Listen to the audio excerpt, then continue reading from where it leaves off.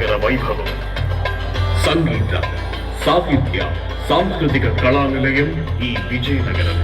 1712లో విజయరామరాజుచే విజయ నామ సంవత్సరంలో విజయదశమి రోజున జయవారం నాడు శంకుస్థాపన చేయబడిన ఈ విజయనగరం కోట నీటికి అజేయంగా విజయానికి చిత్రంగా అలరాడుతోంది. ఒకనాడు వేటకై వచ్చిన విజయరామరాజుకు ఈ కోట ఉన్న ప్రాంతంలో కుందేళ్లు వేట కుక్కలను తరుముతూ కనిపించగా ఆశ్చర్యపోయి అక్కడ కనిపించిన ఒక సూఫీ సాధువు అయిన లంకేశావరి బాబాను కారణం చెప్పమని అడిగారు.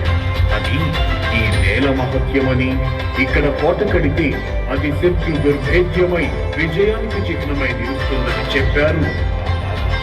వెంటనే విజయరామరాజు ఇక్కడ కోట కట్టించి కుంభీరాపురం నుంచి రాజధాని విజయనగరానికి మార్చారు. ఆ తరువాత ఎన్ని యుద్ధాలు జరిగినా ఈ కోట నేటికి అభేద్యంగా నిలిచింది. స్వయంగా విద్యాపోషకులైన పూసపాటి గజపతి వంశీయుల పాలనలో ప్రసిద్ధ కళాశాలలకు, విద్యా సంస్థలకు నెలవుగా అఖండ ఖ్యాతి పొందింది ఈ నేల.